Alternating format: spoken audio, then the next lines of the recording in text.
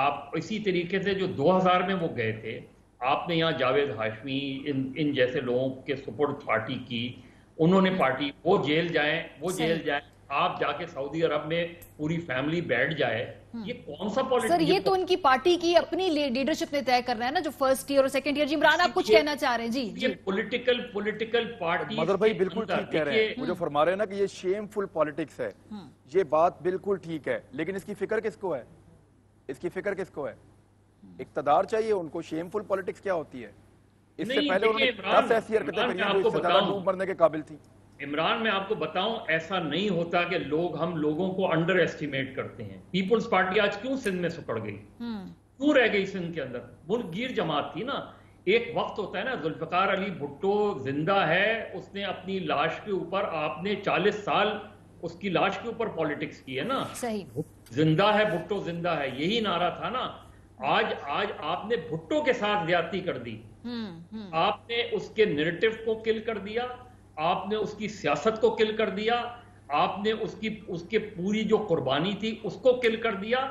آپ نے آپ کی پالیٹکس کی وجہ سے، زرداری صاحب اینڈ کمپنی کی پالیٹکس کی وجہ سے آج پیپلز پارٹی جو ہے وہ سکڑ کے رہ گئی. بالکل سر، اور ابھی پنجاب میں معاملات ان کے کہیں دوبارہ بحال ہوتے ہیں. نواز شریف صاحب سمجھتے ہیں، شریف برادران اگر یہ سمجھتے ہیں کہ ہر مرتبہ لوگ اس چیز کو ایکسیپٹ کرتے رہیں گے کہ آپ چلے جائیں لوگوں کو یہاں چھوڑ کر، آپ جا کے بیٹھ جائیں لندن میں، آپ لندن میں جو ہے تصویریں ریلیز کرتے رہیں، مریم نواز یہاں سے ٹویٹ کرتی رہیں، یہ خاص وقت تک چلتا ہے. ٹھیک ہے سر، مجھے تھوڑی سی بحث کو سمیٹنا ہے. کلاسز میں آپ کے پاس آؤں گی. کلوزنگ کامنٹ ہوگا وہ یہ ہوگا کہ یہ تو چلے بات ہوگی پی ٹی آئی کی کہ وہ بالکل صحیح، میں ایگری کرتی ہوں مزید صاحب سے، ان کو سوٹ نہیں کرتا، ان کو لندن میں بیٹھا خاموش نواز شریف سوٹ کرتا ہے. پیپلز پارٹی کو سوٹ کرتا ہے نواز شریف صاحب واپس آ جائے، بیکاز اس وقت وہ اپنے آپ کو پچ کر رہے ہیں فیڈرل اس میں گورنمنٹ میں بطور اپوزیشن.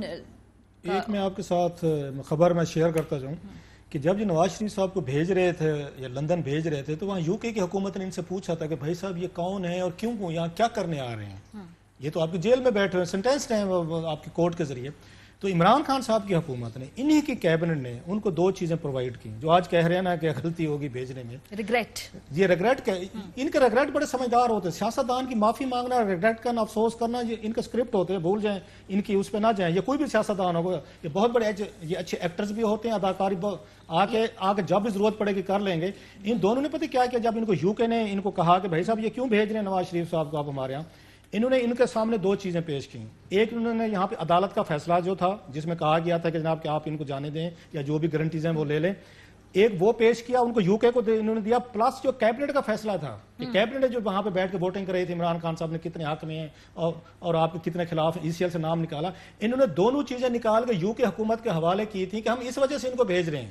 سو آپ نے خود ساری چیزیں آ کے ارینج کی، سب کچھ کیا. اب کہتے ہیں ریگریٹس ہو گئے، یہ سورا آپ کا سوچا سمجھا. خان صاحب کو ریگریٹ ہے نا، یہ باریک سمجھے نا، فرق سمجھے. جنہوں نے ریگریٹس کروانا تو بازو مروڑ کے جنہوں نے آ کے کام کروانے ہوتے ہیں. بات عمران ابھی کہہ رہے تھے کہ جنہوں نے انٹرنیشنل ہوں، لوکل ہوں، وہ بیٹھ کے آپ کا یہ بازو مروڑ کے کرا لیتے. اس وقت بھی آپ جسٹیفائی کر رہے تھے ہم کیوں ان کو آگے باہر بھیج رہے ہیں. اب بھی آپ یہ بیٹھ کے جسٹیفائی کر رہے ہیں، وہی کہتے ہیں ہم سے غلطی ہو گئی. خیر ایک چیز پہ دوسرا آپ نے کہا نا اس کے نواز شریف صاحب کا، وہ اس وقت یہ ڈیفینیٹلی آپ کو یاد ہوگا جناب مشرف کو بھی سوٹ کرتا ہے کہ نواز شریف صاحب جیل میں بیٹھے ہوئے وہ زیادہ خطرناک تھے. 6 مہینے سال بعد لوگوں کی سمپتھیز اکٹھی ہونا شروع ہو جاتی ہے. تو سیم عمران خان صاحب کو بھی سوٹ کرتا ہے کہ وہ وہیں پہ رہیں. آپ نے پیپلز پارٹی کی بات کی تو اس پہ زرداری صاحب بہت پہلے فیصلہ کر چکے کہ ہم نے سینٹر کی پالیٹکس نہیں کرنی، ہم نے وہاں پہ پنجاب کی پالیٹکس نہیں کرنی. ہمیں ایک طرح کا سندھ 18 بلاول اپنا قد نہیں بڑھا رہے وفاق کے اندر تقریریں کر کے اور آگے کے لیے وہ رکھیں گے، دباؤ رکھیں گے. لیکن اب ان کو پتہ ہے کہ پنجاب ہمارے ہاتھ سے نکل چکا ہے، جیسے مظہر ابھی کہہ رہے تھے اپنی پالیسی کی وجہ سے وہ سندھ تک محدود ہو گئے. 18ویں ترمیم کے بعد آپ کا سندھ یا کوئی بھی صوبہ جو ہے اب اس کو سینٹر کی اتنی زیادہ ضرورت نہیں رہے گی. اگر آپ کو 700-800 روپے مل جاتے ہیں سندھ میں بیٹھے، بلاول نے وفاق کی سیاست نہیں کرنی، انہیں سندھ کی سیاست کرنی ہے. سندھ کے وزیر اعلیٰ بننا ہے، پرائم منسٹر بننا چاہے گا کبھی فیوچر میں. ایک پاسبلٹی ہے کہ اگر بلاول کو جب کبھی اللہ نے مہربانی کی ان پہ پوری پارٹی ان کے ہاتھ میں آئی اور پنجاب میں دوبارہ انہوں نے ریوائیو کیا اسپیشلی سرائکی علاقوں میں ساؤتھ میں، اور وہاں سے ان کو 25-30 سیٹیں نکل آئیں، آپ نے سندھ سے وہاں سے آپ نے 30-40 لے لی تو 70-80 کی بنیاد پہ اگین ممکن ہے کہ آپ کا چانس بنے. فی الحال تو مجھے کچھ چانس نظر نہیں. بہت شکریہ روف کلام کے ساتھ موجود تھے مظہر عباس صاحب. عمران خان بریک پر جائیں گے، واپس آئیں گے. پولیو کیمپین، اب تو افریقہ نے بھی اپنے جو پورے وہاں سے پولیو کو ختم کر دیا ہے. پاکستان اور افغانستان صرف 2 ممالک رہ گئے ہیں. بریک کے بعد اس پر بات ہوگی، ہمارے ساتھ رہیے.